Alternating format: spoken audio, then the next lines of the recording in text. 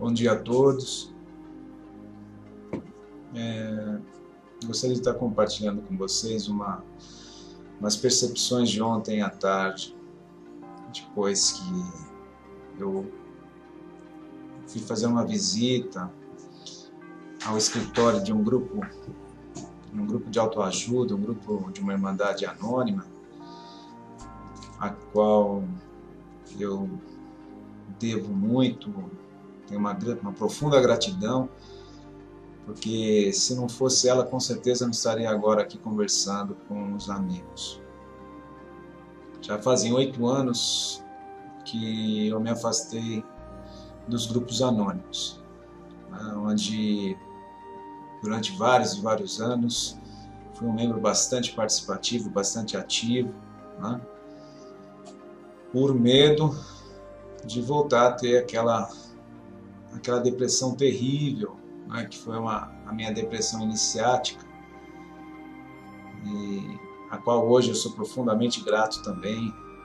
Se não fosse ela, não teria a mínima condição de estar descobrindo esse estado de ser na qual me vejo agora. E eu pensei que quando chegasse naquele escritório eu ia encontrar velhos conhecidos, com quem a gente teve bastante troca, uma ajuda muito legal, que foi um grande suporte naquele momento profundamente difícil, profundamente confuso, aquele momento de muito medo, muita incerteza, muitas ideias obsessivas compulsivas, uma total bagunça interna. E quando eu cheguei lá não tinha nenhum desses conhecidos, eles não estavam por lá, que eles todos tinham ido por coincidência, tinham ido para um encontro nacional que está sendo realizado esse final de semana em Santa Catarina, e o tema desse encontro é: pode haver recuperação sem a prestação de serviços? Depois eu vou falar um pouquinho sobre isso, que é uma das percepções que eu tive durante esses quase 1 hora que fiquei lá conversando com uma senhora que frequentava o mesmo grupo que eu frequentei e que não me identificou quando eu cheguei, não me reconheceu quando eu cheguei lá. Perguntou se era a primeira vez que eu estava indo lá naquele grupo. Eu falei: não, você não lembra de mim? Eu era conhecido por Nelsinho. Ela olhou para mim assim e falou: não pode ser, né? Mas por que não pode ser, né?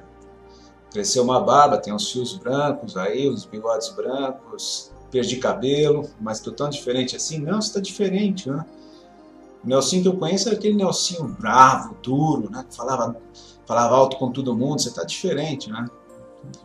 Que bom que eu tô diferente, né? E ela falou: você tá frequentando que grupo? Eu falei: não, eu não frequento mais os grupos, já fazem 8 anos que eu me afastei. Quando eu falei isso, eu percebi como que ela ficou assustada com essa colocação minha de eu não fazer mais parte dos grupos, né?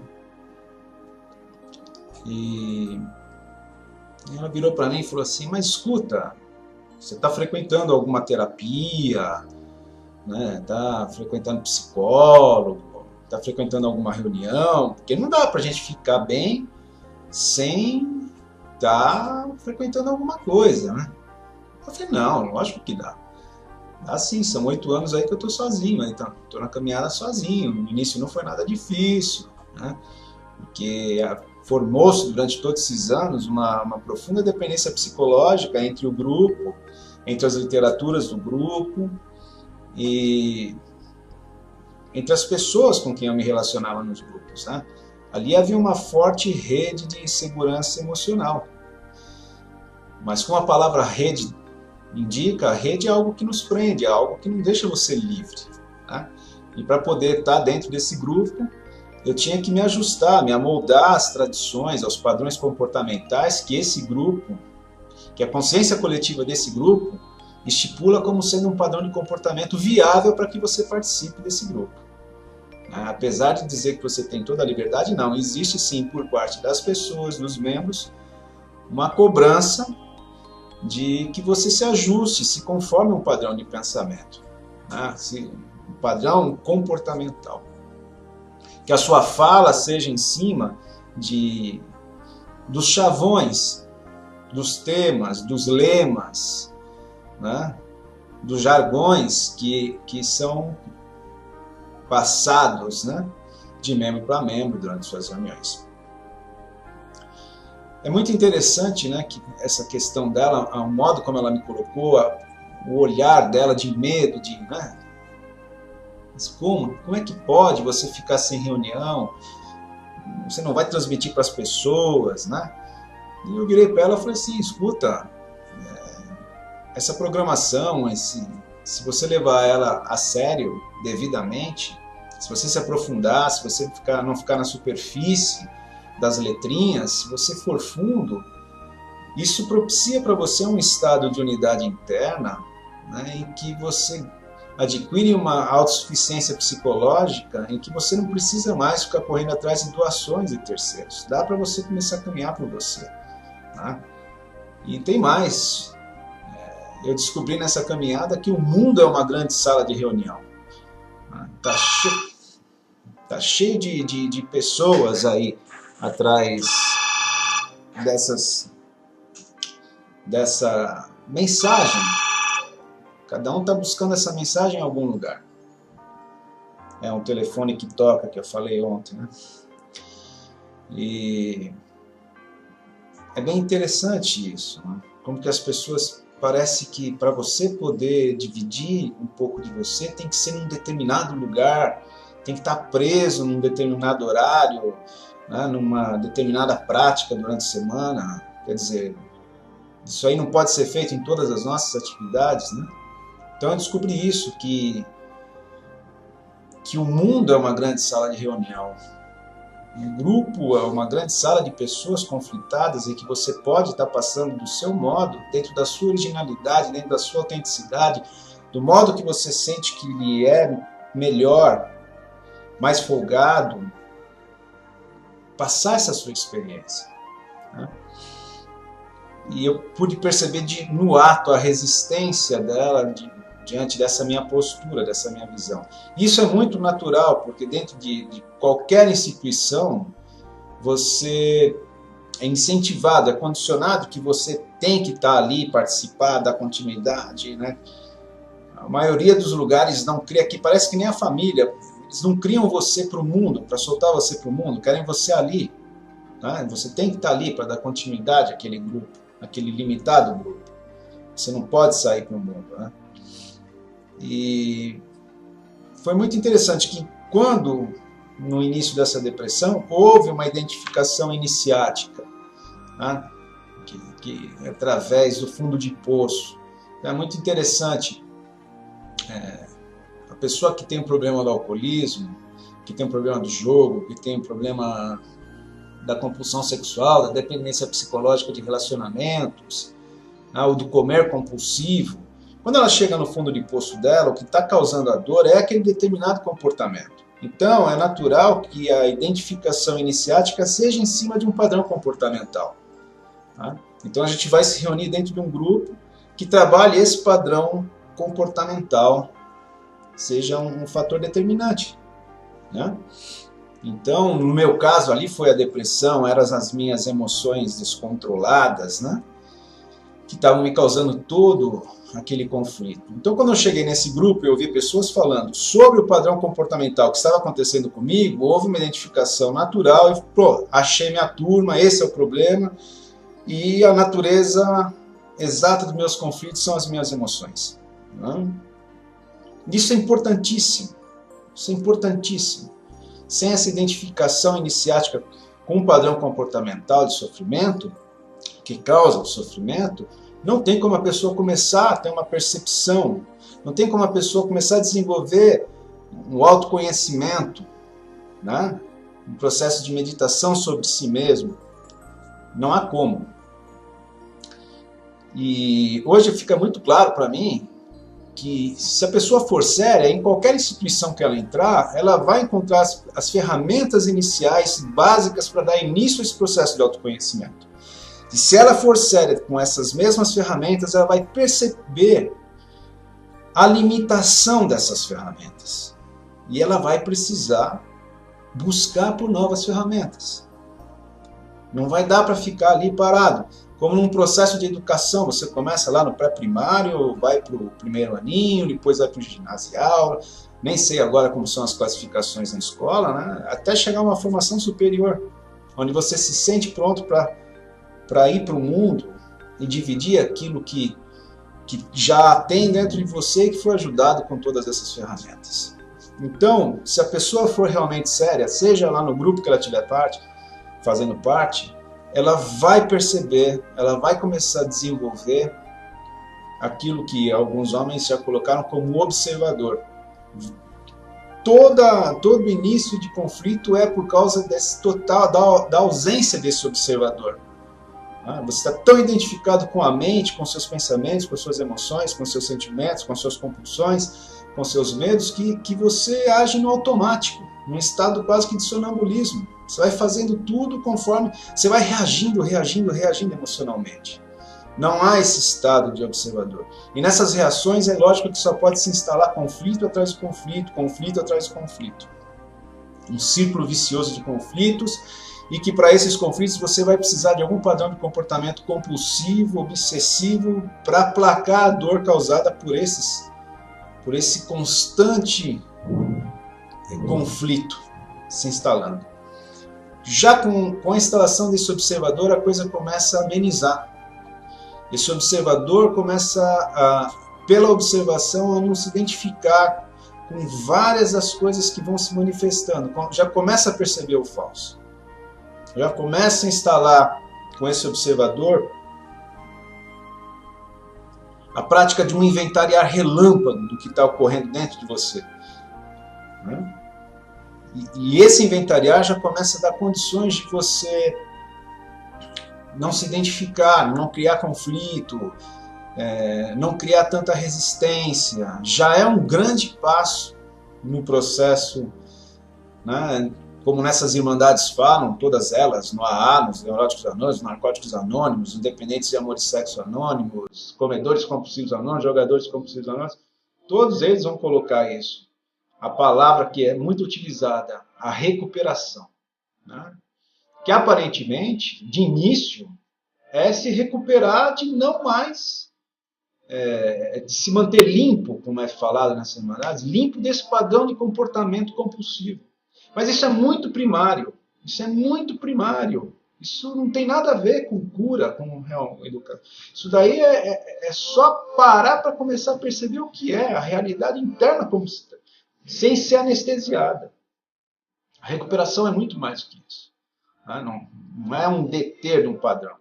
Porque tem um monte de gente aí detendo seus padrões, e como no AA eles falam, o cara para de beber e vira um bêbado seco. Emocionalmente bêbado. Não tem o químico, mas é emocionalmente bêbado. Isso em qualquer das irmandades. Isso é um fato. O parar com seu padrão de comportamento compulsivo não é recuperação.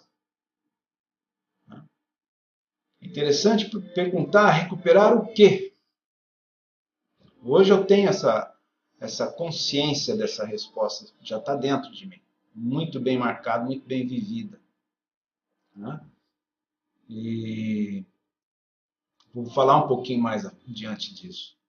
Mas o interessante é que nesse processo de desenvolvimento, de autoconhecimento interno, você percebe num determinado instante a limitação do próprio observador.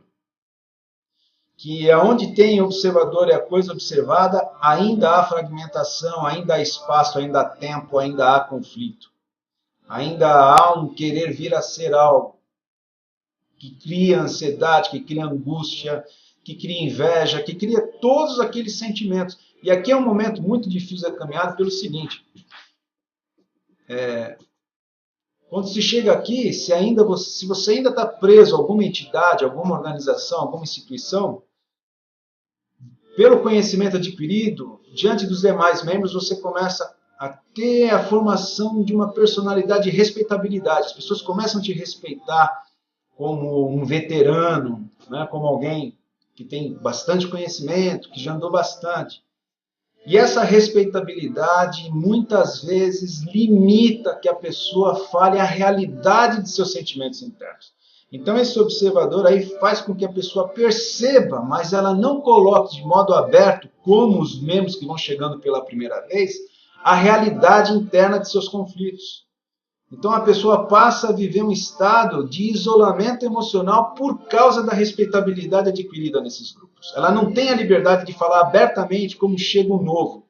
Por isso que nesses grupos ele fala, o novo é a pessoa mais importante. Por que é a mais importante? É mais importante porque ela vem original, ela vem sem os condicionamentos, mesmo com uma originalidade adoentada pelos padrões de comportamentos. Ela chega ali e fala tudo.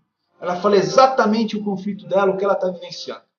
Ela não tem a preocupação em adequar o comportamento dela aos jargões, aos padrões, aos lemas que aquela irmandade, que aquele grupo, que aquela instituição coloca como sendo o comportamento de uma pessoa espiritualizada, de uma pessoa equilibrada, né, de uma pessoa iluminada, sei lá o nome que for, uma pessoa realizada. Então esse é um momento muito difícil, porque todo esse conhecimento adquirido na busca da solução dos conflitos internos faz com que a pessoa não seja autêntica, não seja original, para defender essa personalidade espiritualista que foi criada dentro desses grupos. Então essas pessoas, esses líderes, eles vão ter que sempre ficar fazendo reuniõezinhas fechadas, falando num cantinho qualquer com um ou outro, para que não fira aquela imagem que foi criada. Né? Até para não assustar os mais novos. Pô, fulano de tal teve uma recaída emocional, mas como? Com tantos anos aí, fulano de tal recaiu no álcool, recaiu na droga, recaiu no padrão comportamental. Como, né? Isso é um momento bastante difícil, bastante limitado e que acontece muito. E muitas vezes o que acontece? Essa respeitabilidade faz com que a pessoa se afaste de vez daquele ambiente que ela frequentava, porque o orgulho não deixa a pessoa voltar e falar, gente, eu preciso de ajuda. Eu estou limitado nesta área. Esse é um momento bastante difícil. Inclusive, existem recaídas que acabam, dependendo do padrão comportamental, acabam sendo recaídas fatais, que acaba levando a pessoa à loucura ou à morte prematura. Então, aqui é uma outra identificação muito interessante, né? Que é a impotência diante do observador. Né? Que o observador não tem condições de levar a gente além daquele estado do próprio observador. O observador em si mesmo é limitado ao seu poder de observação. Há necessidade da instalação de algo maior, de algo que não pode ser traduzido pela limitação das palavras. Sem essa instalação desse algo, e essa instalação desse algo só vem com a rendição total, com esse fundo de poço diante desse observador. Sem isso, sem se abaixar as mãos, sem a percepção direta da limitação do conhecimento, de tudo que foi adquirido em todos esses anos de busca, para tentar solucionar aquele padrão comportamental inicial. Sem isso, a pessoa não consegue adentrar num outro estágio, num outro portal, um portal de cura. Né? É muito interessante que em todos esses lugares, isso ficou claro para mim, nenhum deles prepara você para a liberdade do espírito humano. Eles te querem ali preso. Eles não querem você, olha, tá, vá ao mundo, né, e transmita a sua mensagem, a sua experiência, isso que você vivenciou. Vá. Não se prenda a nós, não. Vá. Vá e faça esse trabalho. Vá lá e seja você mesmo e passe para o outro o que você descobriu. Não fique preso aqui. Então, assim, se você acaba deixando essa entidade que você faz parte, você já passa a ser visto com olhos diferenciados. Porque você já não faz mais parte daquele grupo. Quer dizer, você tem que fazer parte de um grupo, não da raça humana. Então você, mesmo dentro desses grupos espiritualistas, há uma formação de uma facção espiritualista. Você não é incentivado a fazer parte da raça humana, uma única raça humana. Não, você tem o sectarismo. Você chega dentro de uma sala de alcoólicos anônimos, se você falar que você é da Irmandade de Neuróticos Anônimos, você não é bem recebido. Porque o doente ali é trabalhar álcool. A mesma coisa, entra um alcoólatra dentro de uma outra sala, ele não é bem recebido porque ele é um alcoólatra. Ele não é visto como um ser humano que sofre e que busca a solução para o seu sofrimento interno. Então, não, olha, você vai procurar o seu grupo. Aqui não é o seu grupo. Vivenciei muitas vezes isso. Quantas vezes nos meus momentos de depressão inicial, com medo de ficar sozinho, eu me escondia dentro de uma sala de AA, quietinho, sem falar para os outros que eu não era alcoólatra, mas porque o fato de estar dentro de uma sala com pessoas que estão buscando por uma resposta interna, eu me sentia seguro de mim mesmo. Você veja que tristeza que é isso. Mas foi inicial, foi importante, foi um momento interessante. E é muito interessante também quando você chega a um momento em que você olha para essa entidade, para esse grupo, para essa instituição que você faz parte, e você percebe que o seu estado de consciência superou, através da seriedade da sua busca, superou o estado de consciência coletiva. E você se vê num limiar ali. O que eu faço? Eu me ajusto a esse padrão comportamental, eu me ajusto a esse padrão de consciência coletiva, ou eu me aventuro ao desconhecido, ou abro mão dessa pseudo-segurança desse grupo, e me aventuro no desconhecido de mim mesmo, e vou atrás dessas respostas que são as únicas respostas que podem realmente trazer a verdadeira liberdade do espírito humano. Aqui é um momento muito difícil. Mas eu digo que é o momento que separa os adultos dos adolescentes espirituais, emocionais, psicológicos. Sem esse rompimento com essas dependências de pessoas, de programas. Olha essa palavra, programa. Essa senhora virou para mim e falou, mas o programa é para a vida toda. Gente, eu não quero viver a vida inteira programado. Será que já não chega todos os anos de programação cultural, familiar, que me levaram a um estado de depressão profunda?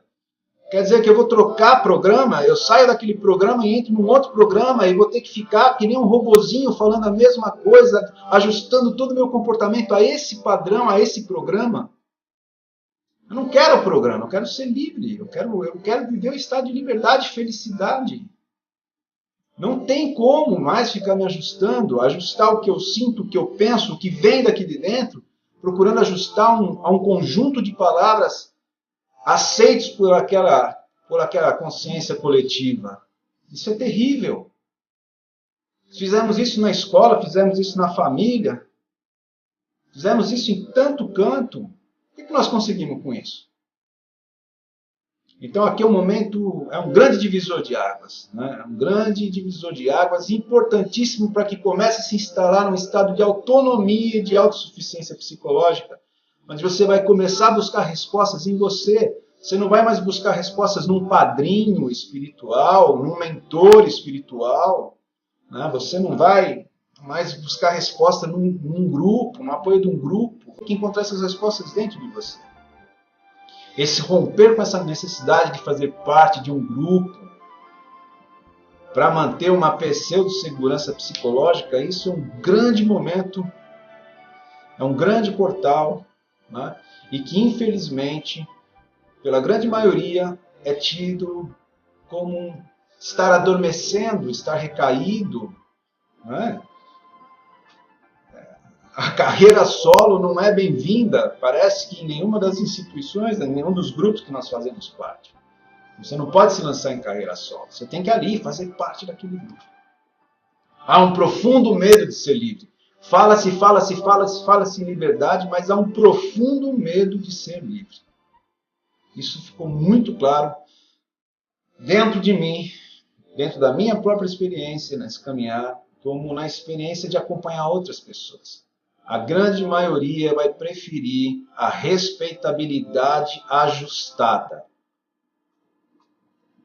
A grande maioria vai preferir se ajustar a um padrão aceito por uma consciência coletiva do grupo, da instituição em que fizer parte. Ela vai negar a sua autenticidade, a sua originalidade, na sua forma de expressão, na sua forma de sentir e de ver o mundo. Ela vai ajustar isso e vai continuar uma pessoa fragmentada, limitada e talvez sofrendo muito mais do que aquele que chega pela primeira vez, que tem a liberdade de expor exatamente aquilo que está sentindo.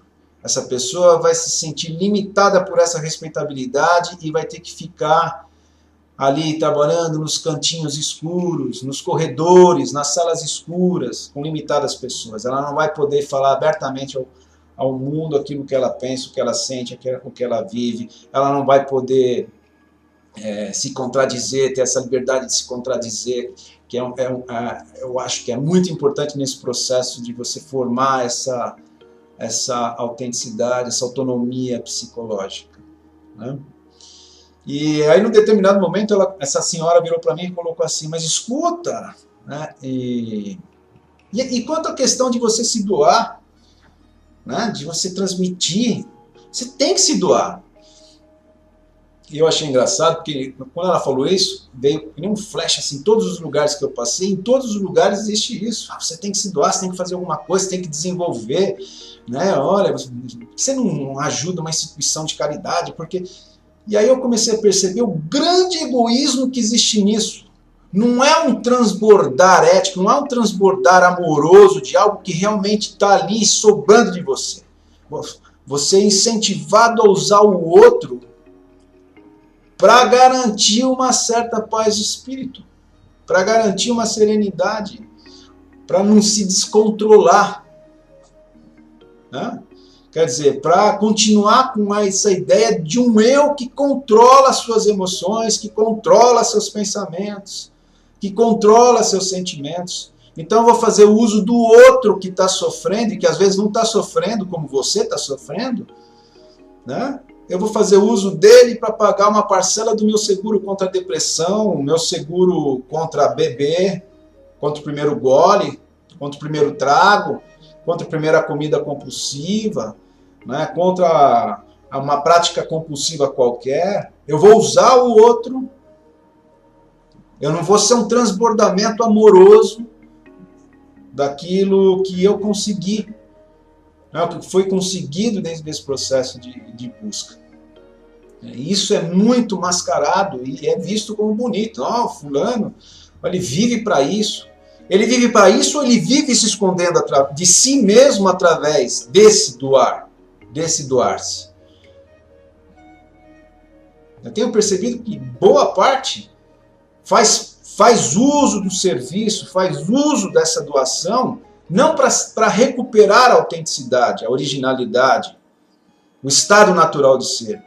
Faz isso para fugir de si mesmo, faz isso para manter uma personalidade que pela primeira vez foi aceita dentro de um grupo. Então, por ser aceita essa personalidade dentro de um grupo, esse grupo passa a ser profundamente importante, como a caixinha do remédio, do psicotrópico, é bastante importante para quem está dependente dele. Tá? Isso é um grande embuste. É uma grande ilusão, essa ideia de que você está doando, está trabalhando, né, no local que você está frequentando. Às vezes você está fazendo disso a sua droga, o seu anestésico, para não ficar num estado de não ação, que mostra a realidade interna do que você sente e do que você vive. Que apresente todos os seus medos, suas inseguranças, seus conflitos, seus pensamentos translocados, né? Quando você fica com você sozinho, sem o apoio de um grupo, sem nada, isso tudo aflora. Isso é autoconhecimento. É aí que você vai começar a perceber a realidade interna, a sua realidade interna. E nessa observação você vai buscar, continua buscando. E vão surgindo novas ferramentas, vão surgindo novos pensadores que vão todos trabalhando essas arestas que estão aí atrapalhando a manifestação da sua real natureza. É muito interessante olhar para todo esse caminhar, perceber que existem vários estados de conscientização, de identificação. Então, no primeiro momento, a identificação de que a natureza exata dos conflitos é um padrão comportamental determinado. Depois, com o caminhar, a identificação de que é um outro padrão de comportamento. Pô, e aí a gente passa anos e anos e anos pulando de padrão em padrão. Então eu resolvo esse. Eu costumo falar que é como se você estivesse podando uma árvore. Você vai lá e acha que aquele galho é o problema. Você poda. Aí daqui a pouco você acha que é o outro, você vai podar. Quando você acabou de podar, aquele primeiro cresceu de novo. E eu vou ficar a vida inteira correndo, tentando apagar incêndios, achando que isso é espiritualidade, vendo lucro nisso, nesse modo insano de apagar incêndios. Por que nós não vamos lá ver de onde é que surge o incêndio e apagar, ir lá na natureza exata do conflito? Não ficar substituindo conflitos. É isso que nós temos feito durante tanto tempo. Substituir conflitos. Substituir conflitos não é recuperação. Não tem cura nisso. Vai sempre ter recaída. Quantos de vocês já não fizeram uma experiência com padrão comportamental? Ah, eu tenho um padrão de comer, então eu paro de comer, faço um esforço violento para iniciar esse processo de parar de comer, fico lá 1 ano, 2 anos me alimentando direitinho, de repente vem uma emoção tão forte que eu não consigo controlar, vou lá, abro a geladeira e como o que eu não comi em 2 anos. Fumo o que eu não fumei em 2 anos, bebo o que eu não bebi em 2 anos. Quem não conhece isso?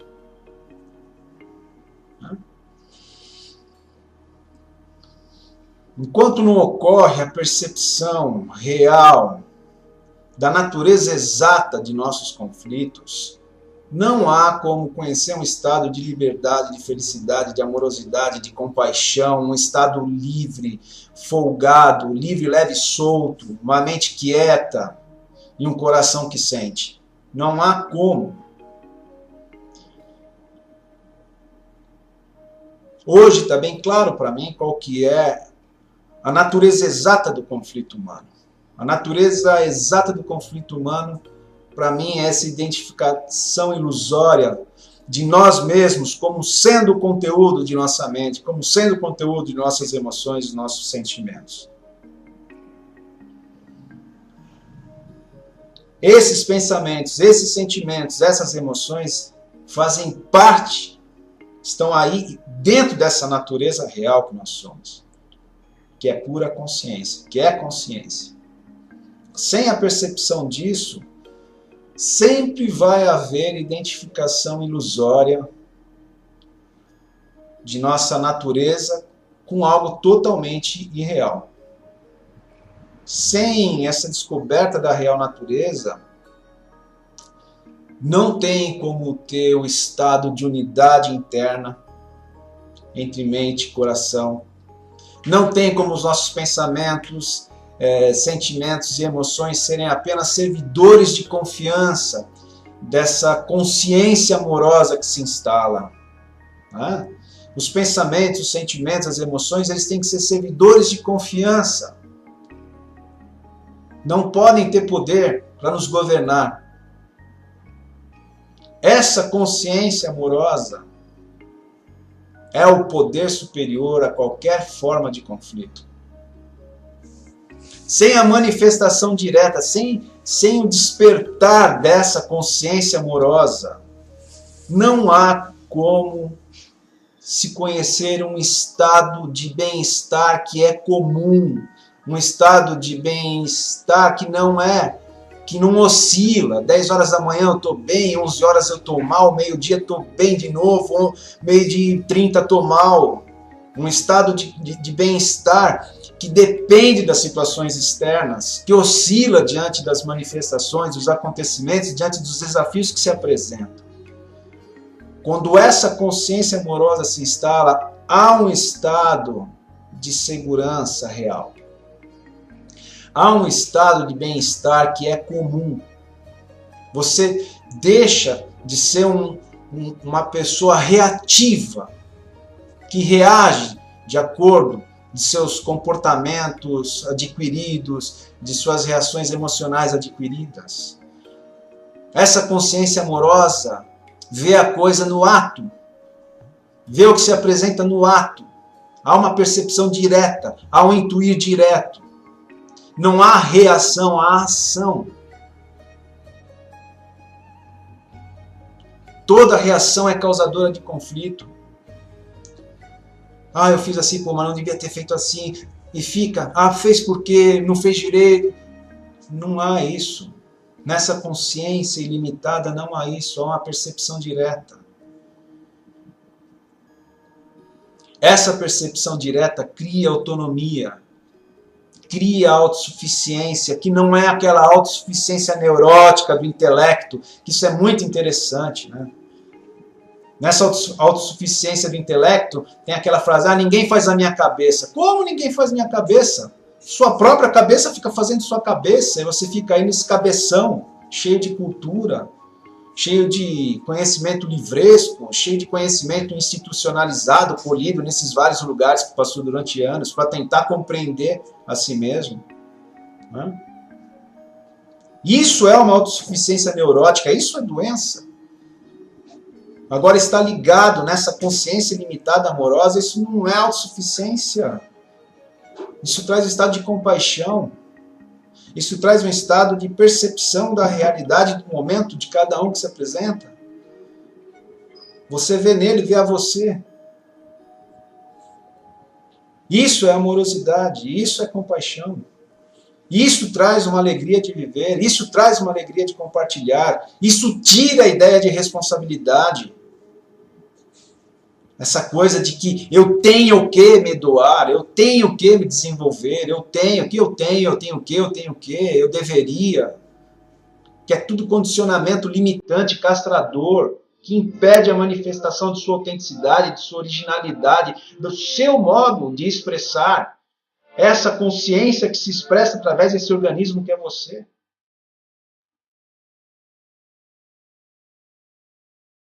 Como você ficar livre dessa necessidade de buscar por aprovação, essa necessidade do tapinha nas costas, de ser aceito? Como você poder ficar livre da necessidade de doações psicológicas de terceiros sem a descoberta de sua real natureza?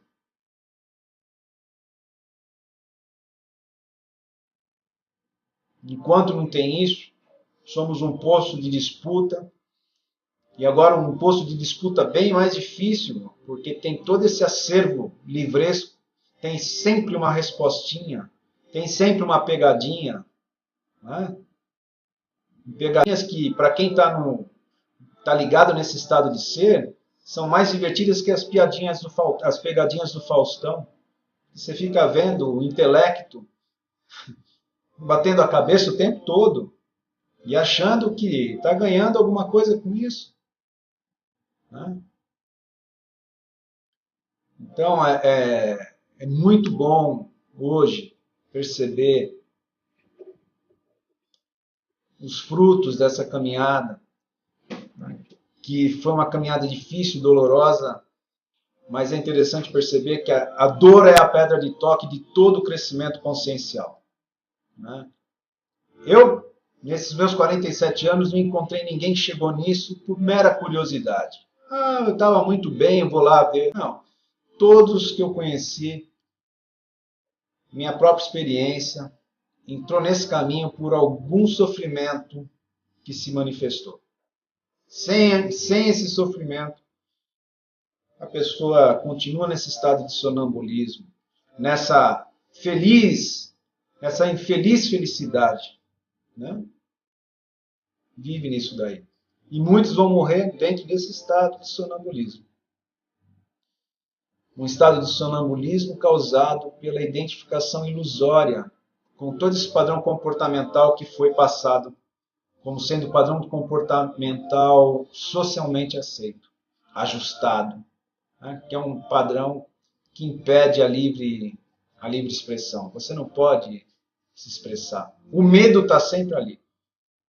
Atrás da sua expressão está sempre o medo da retaliação, está sempre o medo da desaprovação do outro. Você não tem liberdade de se expor do jeito que você realmente sente.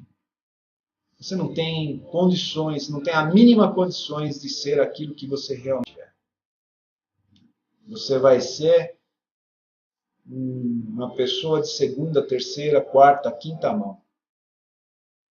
Originalidade zero. Mero ajustamento. Mero ajustamento. Não há condições de saber sem o conhecimento sobre a natureza exata de seus conflitos, que é a identificação ilusória com esse eu, com esse ego, com essa personalidade, com essa respeitabilidade adquirida, não há a mínima condições de você descobrir a realidade do ser que você é.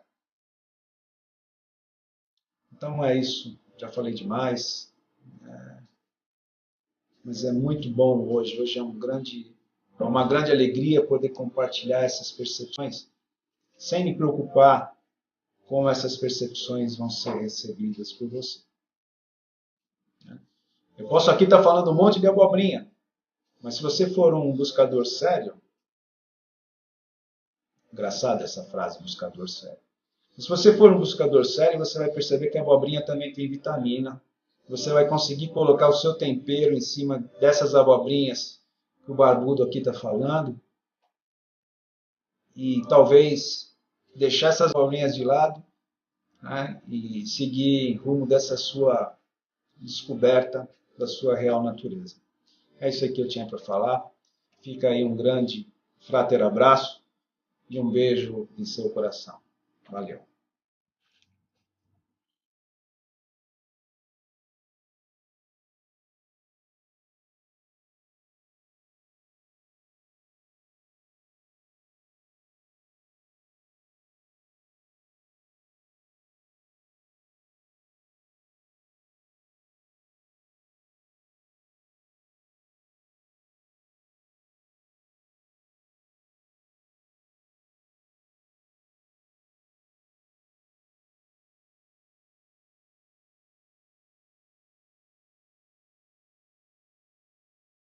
Recuperação sem a prestação de serviços, né? Depois eu vou falar um pouquinho sobre isso, que é uma das percepções que eu tive durante esses quase uma hora que fiquei lá conversando com uma senhora que frequentava o mesmo grupo que eu frequentei e que não me identificou quando eu cheguei, não me reconheceu quando eu cheguei lá. Perguntou se era a primeira vez que eu estava indo lá naquele grupo. Eu falei, não, você não lembra de mim? Eu era conhecido por Nelsinho. Ela olhou para mim assim e falou, não pode ser, né? Mas por que não pode ser, né? Cresceu uma barba, tem uns fios brancos aí, os bigodes brancos, perdi cabelo, mas tô tão diferente assim? Não, você tá diferente, né? O Nelsinho que eu conheço era aquele Nelsinho bravo, duro, né? Que falava alto com todo mundo, você tá diferente, né? Que bom que eu tô diferente, né? E ela falou, você está frequentando que grupo? Eu falei, não, eu não frequento mais os grupos, já fazem 8 anos que eu me afastei. Quando eu falei isso, eu percebi como que ela ficou assustada com essa colocação minha de eu não fazer mais parte dos grupos, né? E ela virou para mim e falou assim, mas escuta, você está frequentando alguma terapia, né? Está frequentando psicólogo, está frequentando alguma reunião, porque não dá para a gente ficar bem sem estar frequentando alguma coisa, né? Eu falei, não, lógico que dá. Dá sim, são 8 anos aí que eu estou sozinho, aí estou na caminhada sozinho, no início não foi nada. Agora aqui conversando com os amigos. Já fazem 8 anos que eu me afastei dos grupos anônimos, né, onde durante vários e vários anos fui um membro bastante participativo, bastante ativo, né, por medo de voltar a ter aquela depressão terrível, né, que foi a minha depressão iniciática, e a qual hoje eu sou profundamente grato também, né. Se não fosse ela, não teria a mínima condição de estar descobrindo esse estado de ser na qual me vejo agora. E eu pensei que quando chegasse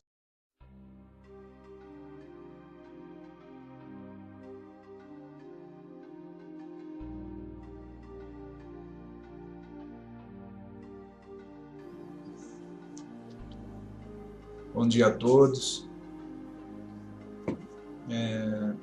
Gostaria de estar compartilhando com vocês umas percepções de ontem à tarde, depois que eu fui fazer uma visita ao escritório de um grupo de autoajuda, um grupo de uma irmandade anônima, a qual eu devo muito, tenho uma profunda gratidão, porque se não fosse ela, com certeza não estaria naquele escritório. Eu ia encontrar velhos conhecidos, né, com quem a gente teve bastante troca, uma ajuda muito legal, que foi um grande suporte naquele momento profundamente difícil, profundamente confuso, aquele momento de muito medo, muita incerteza, muitas ideias obsessivas compulsivas, né? Uma total bagunça interna.